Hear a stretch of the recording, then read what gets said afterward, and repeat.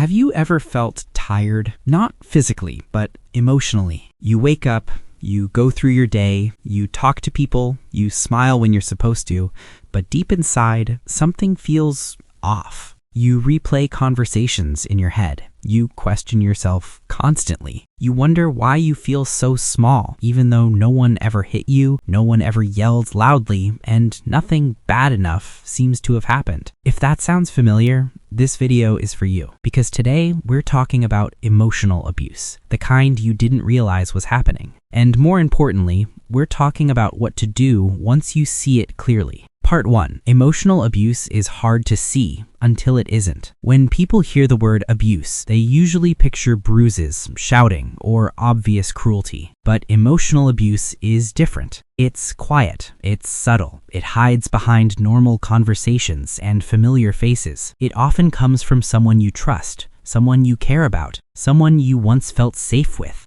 That's why it's so difficult to recognize. Emotional abuse doesn't always sound like anger. Sometimes it sounds like concern. Sometimes it sounds like jokes. Sometimes it sounds like love. And slowly, almost invisibly, it starts to change the way you see yourself. Part 2. Why so many people don't realize it's abuse. One of the most common questions survivors ask is, how did I not see this sooner? The answer is simple, but powerful. 1. It didn't start bad. At the beginning, things felt normal, maybe even wonderful. The comments were small. The criticism was subtle. The control was disguised as care. Are you sure that's what you want to wear? I'm just being honest. I'm only saying this because I care about you. Nothing felt extreme. Nothing felt dangerous. So you ignored that uncomfortable feeling in your chest. 2. You were taught to minimize your feelings. Many people grow up learning to be polite, patient, and understanding, to avoid conflict, to not overreact, to keep the peace. So when something hurts, you tell yourself, it's not that serious. They didn't mean it that way. I'm probably just too sensitive. Over time, you stop listening to your own emotions. 3. Your reality was slowly questioned. This is often called gaslighting, and it's one of the most damaging forms of emotional abuse. It happens when someone repeatedly denies your experiences. I never said that. You're remembering it wrong. You're exaggerating. That's not what happened. Eventually, you stop trusting your own memory, your own instincts, your own voice. And once that happens, abuse becomes much easier to hide. Part 3. Subtle signs of emotional abuse you may have missed. Let's talk about some signs that are often overlooked. Not because they're rare, but because they're normalized. Sign 1. You feel like you're walking on eggshells. You think carefully before you speak. You replay messages before sending them. You worry about upsetting them, even when you don't know what you did wrong. A healthy relationship doesn't make you feel afraid of being yourself. Sign 2. Your feelings are constantly dismissed. Whenever you express hurt, you're told, you're overthinking, you're too emotional. Why are you making a big deal out of this? Your emotions are real. They don't need permission to exist. Sign 3. Everything somehow becomes your fault. If they're angry, it's because of you. If they withdraw, it's because of you. If there's tension, you're the one who needs to fix it. Over time, you start apologizing automatically, even when you're not sure what you did wrong. Sign 4. Control is framed as love. They monitor who you talk to.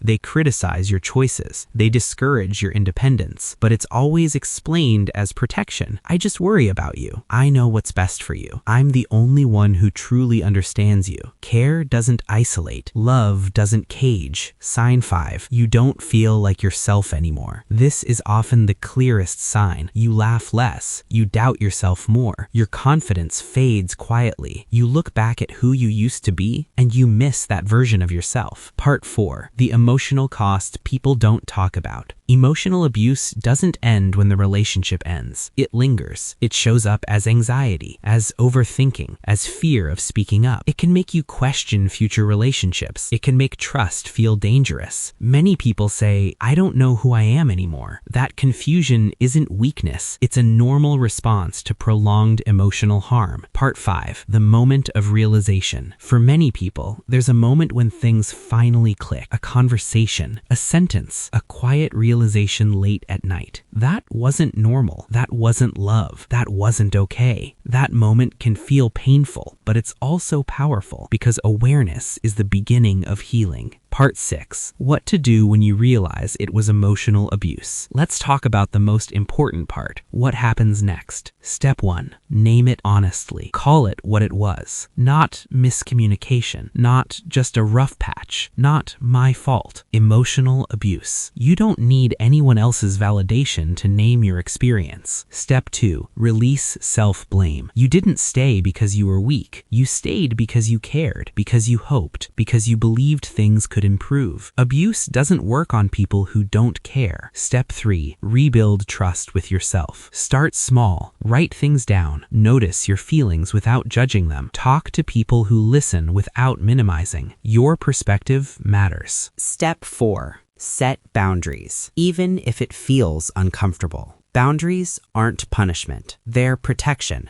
You are allowed to say, I won't accept being spoken to like that. This behavior isn't okay with me. I need distance right now. Not everyone will respect your boundaries, and that tells you everything you need to know. Step 5. Understand that distance can be healing. You don't owe constant access to people who hurt you. Sometimes clarity comes from space. You're allowed to choose peace, even if others don't understand. Part 7. Learning what healthy love actually feels like. Healthy love is calm. It feels safe. It feels steady. It doesn't leave you confused or afraid. You don't have to earn kindness. You don't have to shrink to be loved. The right relationships won't cost you your mental health. Part 8. Rebuilding yourself after emotional abuse. Healing is not linear. Some days you'll feel strong. Other days you'll feel heavy. Both are part of the process. Start by reconnecting with yourself. Do things that make you feel grounded. Celebrate small moments of confidence. Allow yourself to grow at your own pace. One day, you'll notice something quietly beautiful. You trust yourself again. Final words: slow, grounded, reassuring. If this video resonated with you,